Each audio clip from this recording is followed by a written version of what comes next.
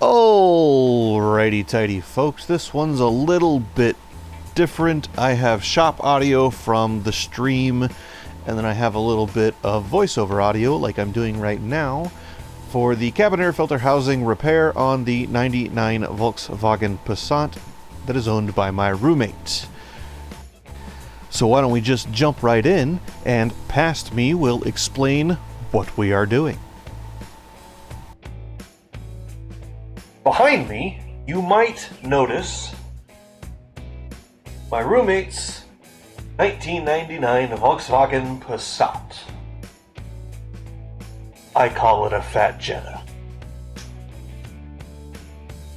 Beside me, in front of the 99 Volkswagen Passat, now you will notice the filter housing for the cabin air filter. Goes in la housing like that, and then it's got just a little slidey-ovey thing that kind of holds it in place, blah blah blah. Now you might be wondering, well, Brian, why, perchance, is the cabin air filter housing not installed in the car? And I will tell you, friends, why it is not installed in the car. Let me provide you with a small demonstration. Okay, I will install the factory cabin air filter seal onto the bottom of the cabin air filter housing. And I will show it to you. And I would like you, chatters, commenters, audience, DIYers, engineers, technicians, mechanics even, mechanics even, I would like you to tell me if you see a problem with the thing that I'm about to show you.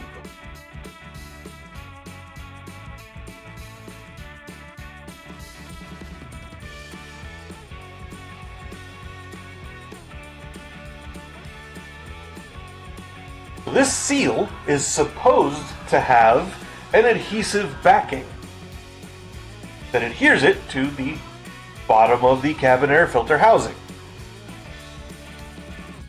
When I pulled this off during an investigation into water intrusion into the cabin, which causes very, very, very often on these machines, transmission computer issues, sorry about the glare, transmission computer issues because Volkswagen installed the transmission computer on the floor. What are you, Nissan? Anyway. While investigating some water intrusion issues into the cabin that we discovered while trying to diagnose a transmission problem, talk about rabbit holes. Only Lily were here. She'd appreciate that. I cleared the sunroof drains. There's 4 of them. I cleared the sunroof drains via the method described in the Bentley book, which, let me grab that for you guys real quick.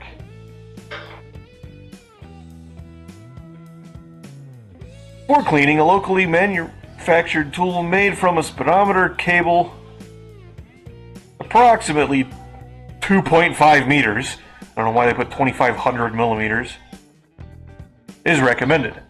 Okay, now, keep in mind that this is the factory service manual. Okay, this is what the dealership would have used.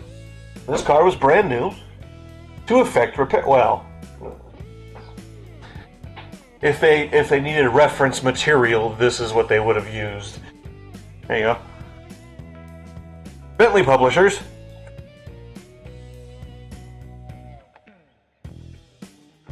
So let me paraphrase. And paraphrasing is not necessarily always shorter. It is simply a rephrasing in simpler or more possibly humorous terms for effect. So, I will reread this. It says, note, for cleaning, a locally manufactured tool made from a speedometer inner cable, approximately 2,300 millimeters or 90 inches long, is recommended. Which is funny because the note that is identical below that for the rear water drain hoses actually has the word long, not the word ong.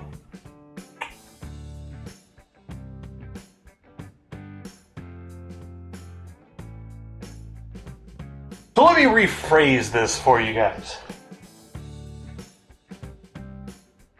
Bentley, okay?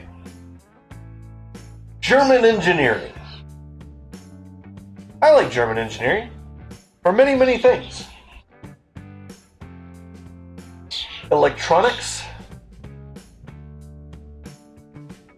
And this. Not so much. So, the rephrasing would be,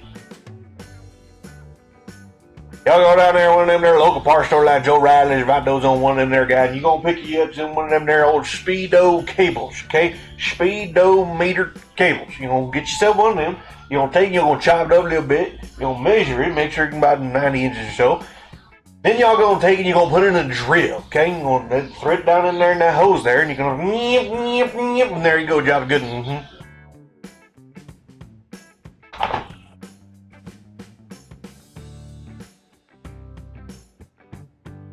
So, when I pulled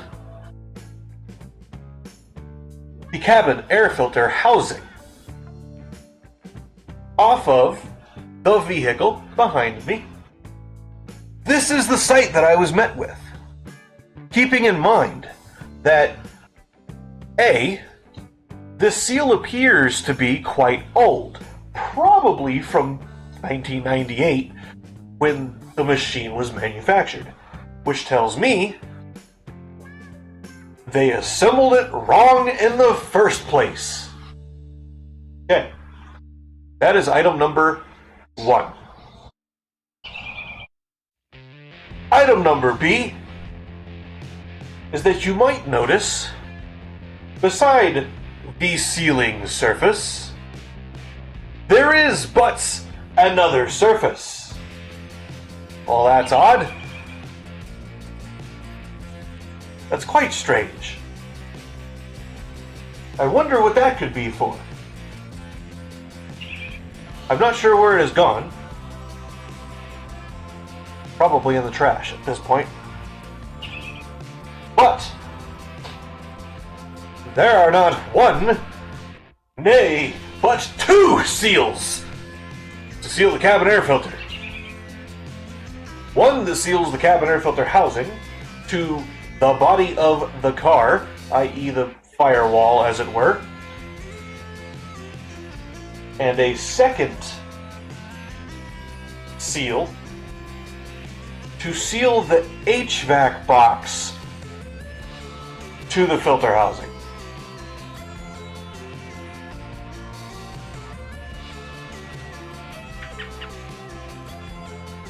Huh?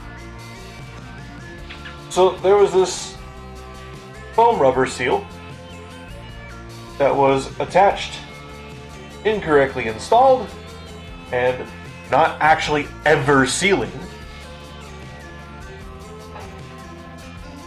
But there was then also a piece of open cell foam with a vinyl backing wrapped in a ring of that shape, glued to the top of the blower box, about that tall, that the box then just kind of plopped on top of. You do not use 2 separate sealing surfaces for what should be a single surface. The more seals that you use, the higher the possibility and the higher the eventuality of failure.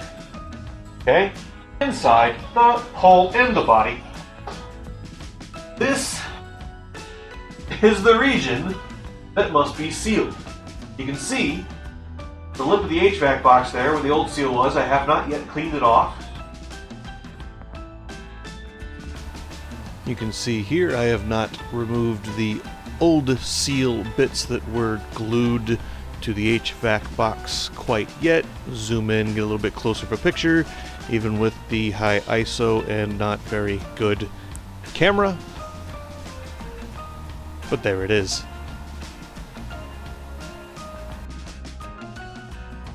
So, where we're at right now is I need to clean the seal surface that you see there, and then measure the distance between the HVAC box and the lip of the body. Alright, so here is my project work. It is just a sketchbook used typically by artists and the like. So I've got me medium-sized extension. So we measure the extension width. 15.7. Okay? Alright. And we can subtract that from whatever it is that we measured. 30.3, 31, 31.6. Obvious. Because why would it be flat in any way? 30.7.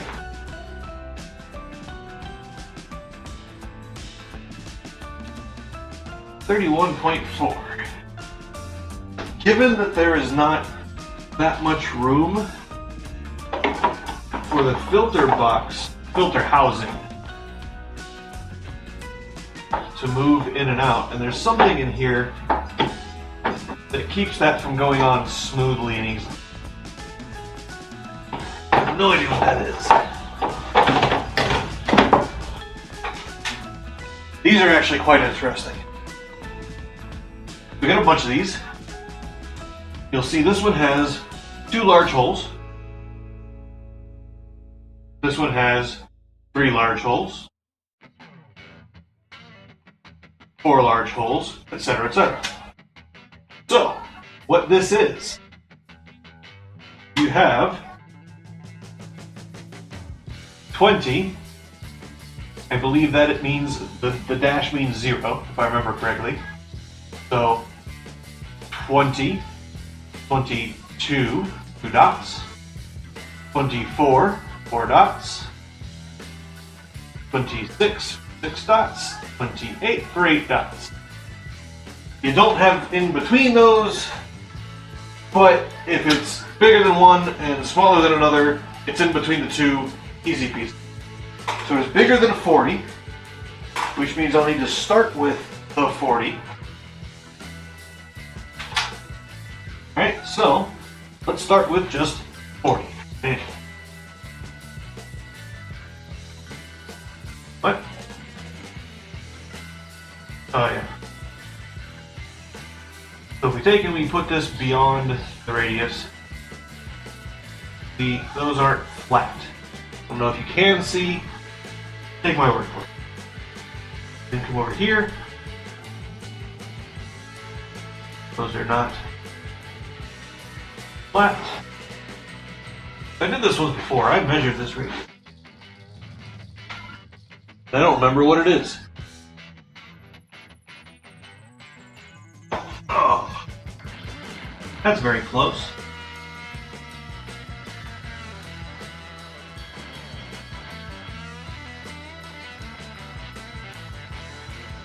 Good day.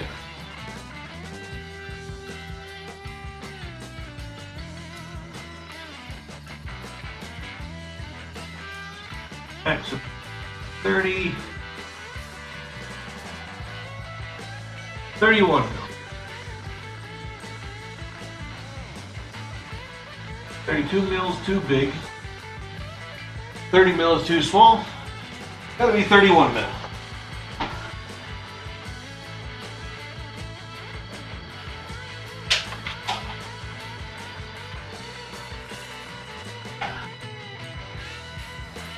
That is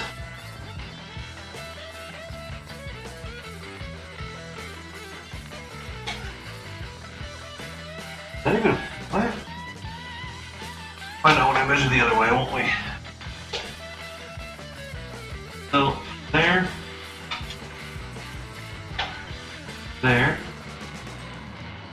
18 points. Do I want the inner or the outer?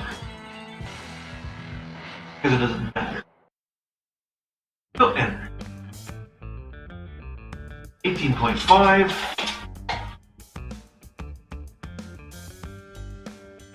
18.5. Okay.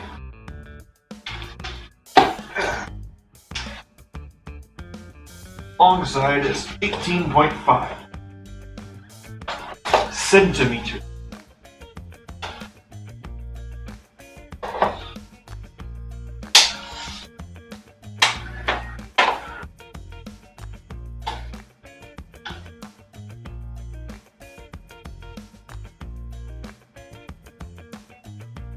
This is 14.3.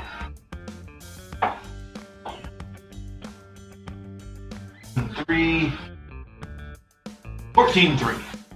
14.3 and 18.5.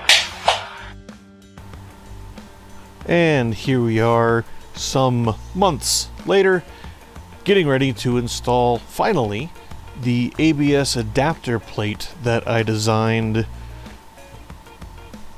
to turn the multi-seal surface into a single seal surface. CAD file available in my Discord. If you head over there and you have a Passat or you know somebody with a Passat with this problem, I have tested it with, well, the hose, which is more than you'll ever get in a rainstorm, and no water intrusion as yet to be seen. Time will tell with the winter coming on, with freezing and thawing. We'll find out if we get any moisture intrusion due to, moisture intrusion. But to install the adapter, first thing obviously we have to remove the last vestiges of the old seal and adhesive. For that we use a little razor blade and a tiny bit of elbow grease. After scraping the seal and adhesive off of the HVAC box, we discovered that, and of course I didn't get any footage of it because, well, you guys know me, I'm stupid and I forget things. But up in that dark corner there on the top right of the image, I found that there were, well, holes in the HVAC box for some reason or another. Something in the way they cast it. I don't know why there needed to be holes there. It makes no sense to me. You can see I'm using a pick to verify that the holes don't go to anything important. As far as I can tell, they're just holes in the casting of the plastic and from the mold somehow. Something that you might note or you might need to know if you do have this problem and you do download the CAD file for this little adapter plate is that the HVAC box is not parallel to the body. There is approximately a 0.8 millimeter difference from one side to the other. It's probably not super critical given that you're going to be putting a soft seal on the filter housing to seal it to the body and the HVAC box. But I did measure for and account for this in the CAD files. I believe I posted both an OBJ and a SCAD file in the Discord. The adapter plate that I used sits approximately 1 millimeter below the lip of the body. And after spending months, easily 8 months, trying to figure out, looking around online, trying to figure out what am I going to use for a seal for this thing, I remembered, oh, wait, I still have 60% of that roll of neoprene foam. Closed cell foam, mind you, that I ordered in bulk because it was cheaper for the Civic's NVH door project.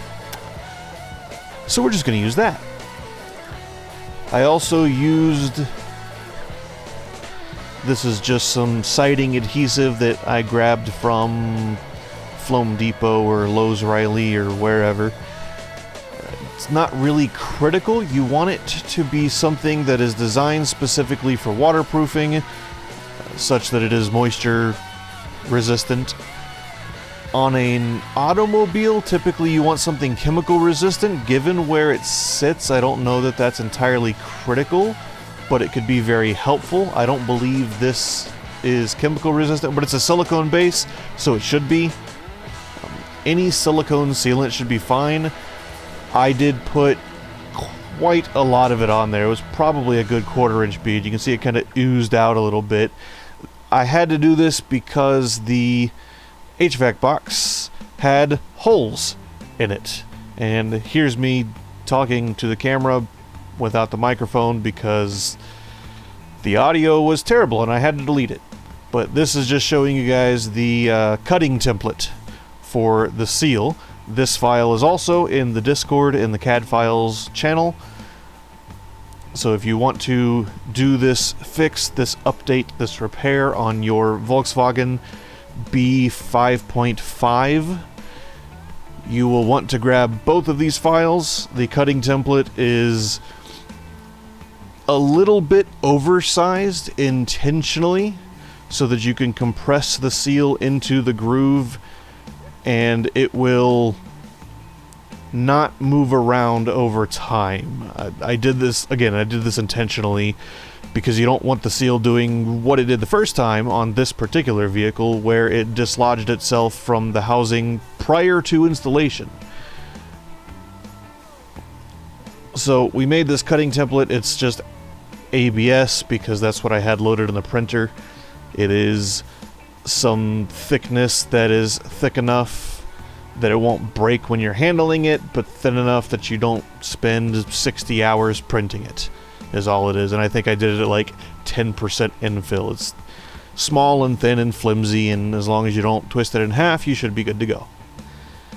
The next step is to make the actual seal itself, which again is from that same neoprene that I used in the Civic for the door liners, which are moisture barriers and NVH barriers, which funnily enough, come to find out, the vinyl that I used is too heavy. I need a thinner vinyl because in the cold it gets too stiff and it shrinks too much and it just likes to dislodge itself from the door. So, lesson learned, we will be fixing that in the next version. That's not what this video is though. This video is the Volkswagen. So, you can see there, cutting the gasket to the right size, and of course it's a little bit oversized so that you'd fine-tune it yourself when you're getting done. And then because there is a ridge on the cabin air filter housing between what was previously two different sealing surfaces, I put in a little tiny slice, about 50% of the depth of the neoprene, such that it kind of goes in and grabs the housing from the outside, from the inside, and from the middle side. Sentence ran away from me. After doing that, we go through and we spray it with, I use the just 3M aerosol adhesive, the red can stuff. Pretty good stuff. I think it was designed for automotive use anyway. I'm not sure, but it's what most people, speaker box builders, will use it for the carpet on speaker boxes. People use it for headliners, for door panels, for dash liners, for all kinds of stuff in cars.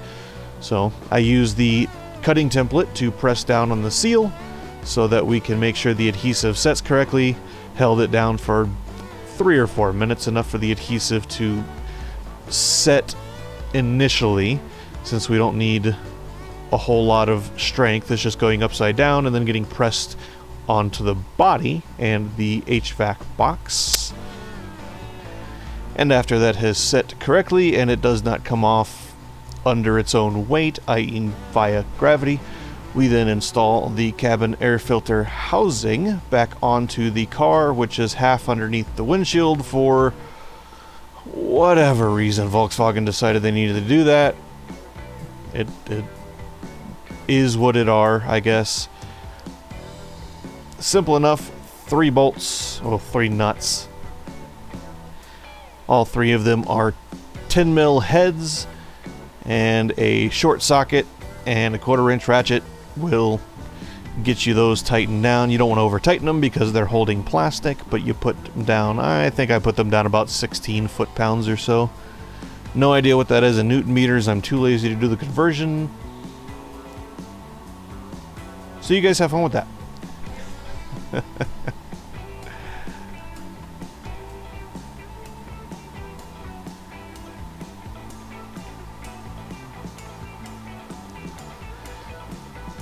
Here we have sort of a very shaky close-up of the housing and gasket installed. Keeping in mind this is the day after I did the sealant, just so that it could cure overnight.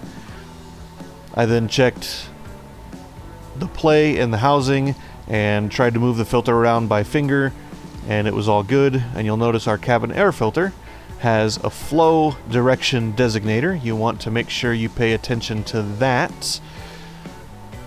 Some people don't, and it ends up causing problems later. Usually it's simply for the mounting, but sometimes it does actually matter for flow characteristics into the box. Just make sure you see if there's an arrow on it before you put it in. Put the filter upper housing on, then later realizing that, oh wait, we need the windshield valence before we do that. And then these stupid little clippy, pressy, tappy filter holder clippy things that, thank you, Logitech. Yeah, I have no idea who designed this thing. I would never have designed the system like this. This is just very, very poor engineering, in my opinion. So, again, not realizing that the valence has to go on. Is he going to get it? Is he going to get it? Valence. Hey, there it is. Okay. We got to put the valence on, which has, again, another thing that I would never, ever design. So, the plastic of the valence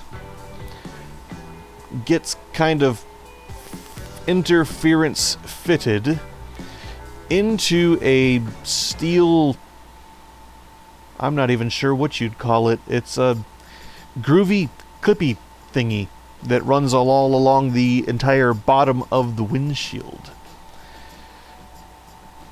The problem with this being that if your plastic gets old, it's going to shatter and it's going to break off inside of that clippy thingy, for which you will have to use a tool to get it out, most likely damaging the steel clippy thingy, and subsequently ruining or causing issues with your valence tie-down mechanism. That's what holds the valence in place, is just you press the plastic into the little steel bendy clippy thingy.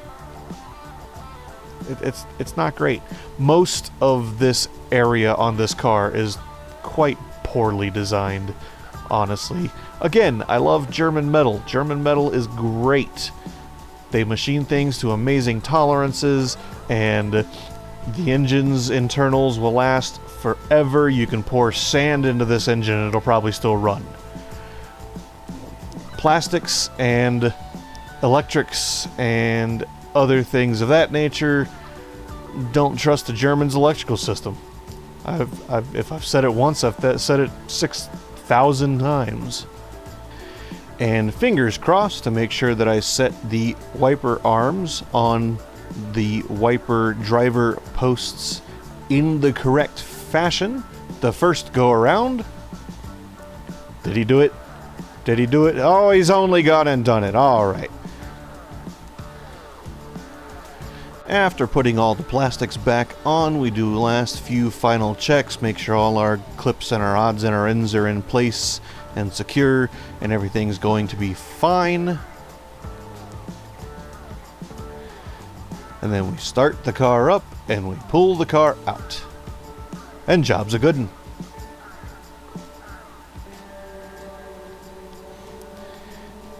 And praise be for a job well done. As always, if you guys liked it, don't forget to like it, subscribe it, crank it, and rip it. And we'll see you in the next one.